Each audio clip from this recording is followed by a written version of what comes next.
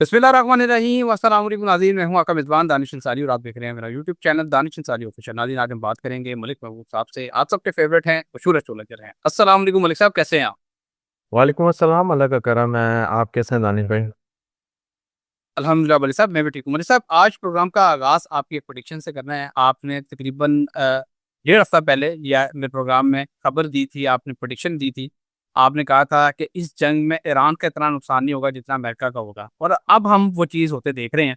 America को ना सिर्फ डिप्लोमेटिक लेवल पे सेटबैक का सामना करना पड़ रहा है, बल्कि मुआशी तौर पे भी भारी नुकसान हो रहा है। दूसरा, जो डिप्लोमेटिक लेवल पे सेटबैक है, वो इस तरह हो रहा है कि तमाम नेटो ममालिक ने, चीन ने, मशरिक़ वस्ता के ममालिक हैं, गल्फ़ कंट्रीज़ हैं, उन्होंने अमेरिका का साथ देने से या ईरान जंग में शामिल होने से साफ इनकार कर दिया है। डोनाल्ड ट्रंप ने, अमेरिकी प्रेसिडेंट ने अभी रिक्वेस्ट की है तमाम नेटो ममालिक से भी, और चीन से रिक्वेस्ट की है। बड़ी हैरानकुन बात है, चीन से भी उन्होंने रिक्वेस्ट किया है कि आप अपना हुर्मुज़ खोलने के लिए अपने बहरी जहाज़ जो हैं वो फौरी तौर पे भेजें। लेकिन इन तमाम ममालिक ने इनकार कर दिया है अमेरिका, इसराइल और ईरान की जंग में शामिल होने से और अपने जहाज़ यहाँ पे भेजने से। सर, आपकी प्रेडिक्शन दुरुस्त साबित हो चुकी है। अब आप क्या मज़ीद रीडिंग्स देख रहे हैं? क्या आपको दिखाई दे रहा है? क्या मज़ीद नुकसान हो सकता है अमेरिका का, या खुदा ना ख़ास्ता ईरान का क्या नुकसान हो सकता है? आइंदा आने वाले हालात क्या बता रहे हैं? लेकिन दानिश भाई, नुकसान जो उनका था वो हो गया। वो जो एक इतनी बड़ी शहादत है, वही नुकसान, इनका बहुत बड़ा नुकसान है जिसकी भरपाई नहीं हो सकती। और जहाँ तक ये अभी जो हालात चल रहे हैं, डेफिनेटली अगर हम अमेरिका का चार्ट देते हैं, बर्थ चार्ट देखते हैं, तो उसमें जो कंजंक्शन लगा है, ग्रेट कंजंक्शन नेपट्यून और सैटर्न का, वो डेफिनेटली इनकी जो सुपर पावर की एक लेगेसी है उसको हटाते हुए, मतलब खोते हुए दिखा रहा है। तो इसका मतलब ये है कि सुपर पावर के लिए कोई नए नॉमिनीज आएंगे, जिसमें चाइना, रशिया और भी बहुत सारे ममालिक हैं। ये तो हमारे सामने नाम है, लेकिन hopefully I am very much sure कि चाइना इस जंग के कंप्लीट फेज के बाद, मतलब 2033 के बाद, वर्ल्ड का सुपर पावर होना चाहिए। और जहां तक रही हालात की बात, तो ये एक कॉमन थ्योरी है, कॉमन मिथ है, कि जो डिस्ट्रक्शन इन्होंने देखी है दुनिया ने ईरान की तरफ से, तो उसमें कोई भी ऐसे काम नहीं करेगा कि जो तबाही उनको नजर आ रही है अभी भी, उसके बाद भी वो इस आग में छलांग लगाए। दूसरी बात, ये जो एक नुकसान आपको रिसेशन की तौर पे आने वाला नजर है, ये जितने बड़े बड़े पॉलिटिकल लीडर होते हैं, एलीट क्लास होते हैं, इनके पास ये सब चीज की न्यूज पहले से आ जाती है टेबल पे। तो डेफिनेटली, जैसे आपने शुरू में बताया है कि इतने जॉबलेस क्लेम्स आने वाले हैं, तो ज़ाहिर है अगर कोई और जंग में कूदेगा तो उनको पता है कि उनके पास तो कुछ भी नहीं बचा हुआ, सिवाय मैन पावर या अल्लाह के भरोसे के अलावा। उनके पास है, मिसाइल हैं, जितना भी वो लड़ रहे हैं, लेकिन आने वाले दिनों में जिनके पास बहुत कुछ है वो खोना नहीं चाहते।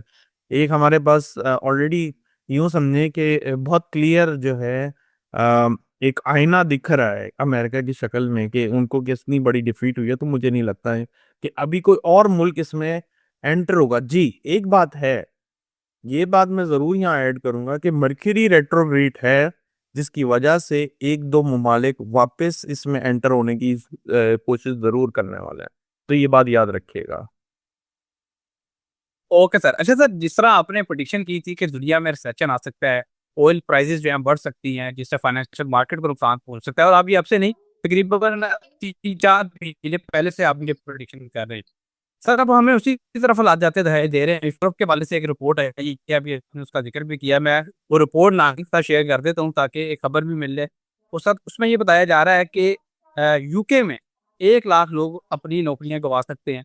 इसी तरह फ्रांस में 70,000 लोग, इसके अलावा स्पेन में 1.5 लाख लोग, इटली में 1.5 लाख लोग, और नॉर्वे में तकरीबन 50,000 लोग। सर, ये रिपोर्ट सामने आई है, और उसमें जितने ममालिक हैं यूरोप के, वो बताए जा रहे हैं जिन्हें सिर्फ ऑयल की जो मार्केट है उसको डिस्टर्ब होने से नुकसान पहुंच रहा है, और जो मार्केट को ये आ सकता है। सर, हमने देखा है कि माजी में भी ग्रेट डिप्रेशन आया था, जिसमें लोग जो हैं वो हैंड टू माउथ हो गए थे।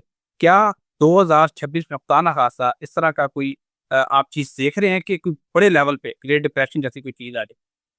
ये अगस्त सितंबर के बाद ऐसी चीजें नजर आ रही हैं। अगस्त सितंबर के बाद डेफिनेटली मैं वही प्रिडिक्शन रिपीट करूंगा जो मैंने इस साल के शुरू में की थी, तब जंगें भी नहीं थी।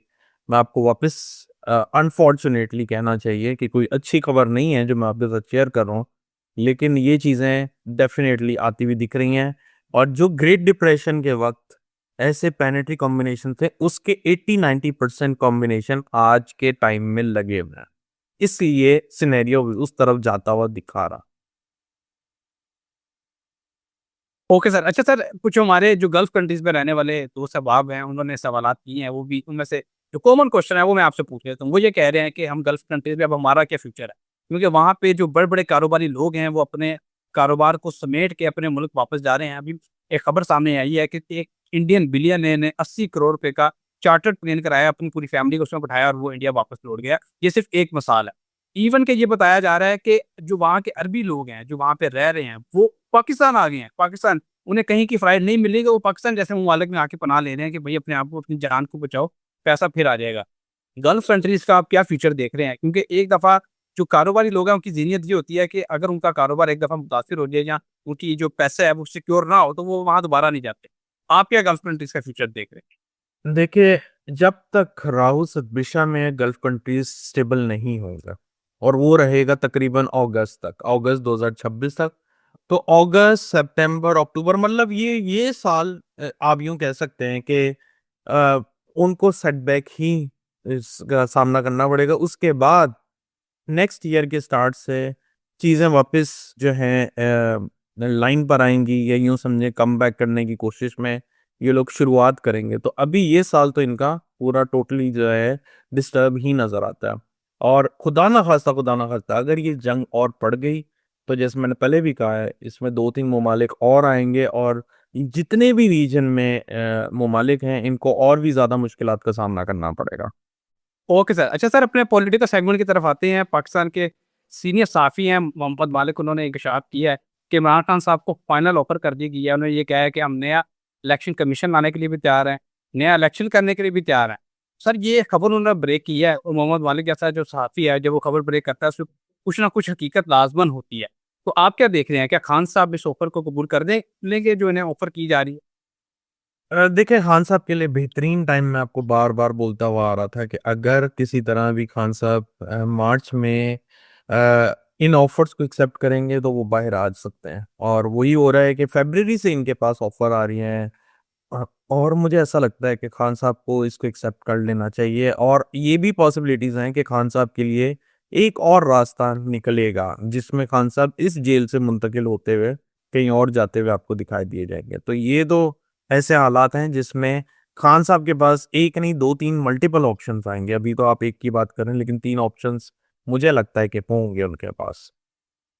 Okay sir. अच्छा सर, आप 1 साल पहले से ये प्रैक्टिस करते आ रहे हैं कि पीटीआई में जो काली भेड़ें हैं, वो आस्ता-आस्ता दिखाई देंगी और हमने देखा कि कई काली भेड़ें दिखाई भी दी और वो पार्टी से निकल भी गई।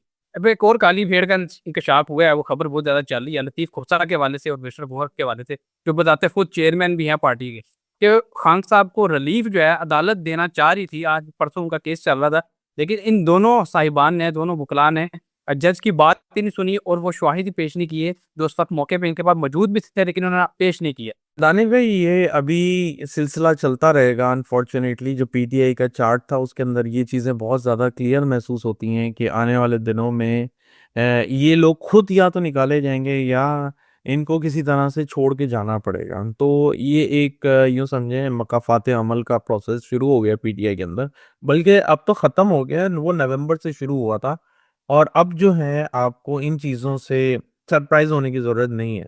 ये चीज़ें डेफ़िनेटली सामने ज़रूर आएँगी, और अच्छा है आएँगी तो सफाई भी होगी। अ, और मैंने आपको बहुत सी जगहों पे एक नहीं बहुत दफ़ा बताया है कि खान साहब को अगर ये निकलवाना चाहते तो शायद 5-6 महीने के अंदर निकलवा सकते थे, लेकिन इन्होंने जानबूझ के उस चीज़ को लिंगर ऑन किया है जो हमारे सामने अभी आ रही है।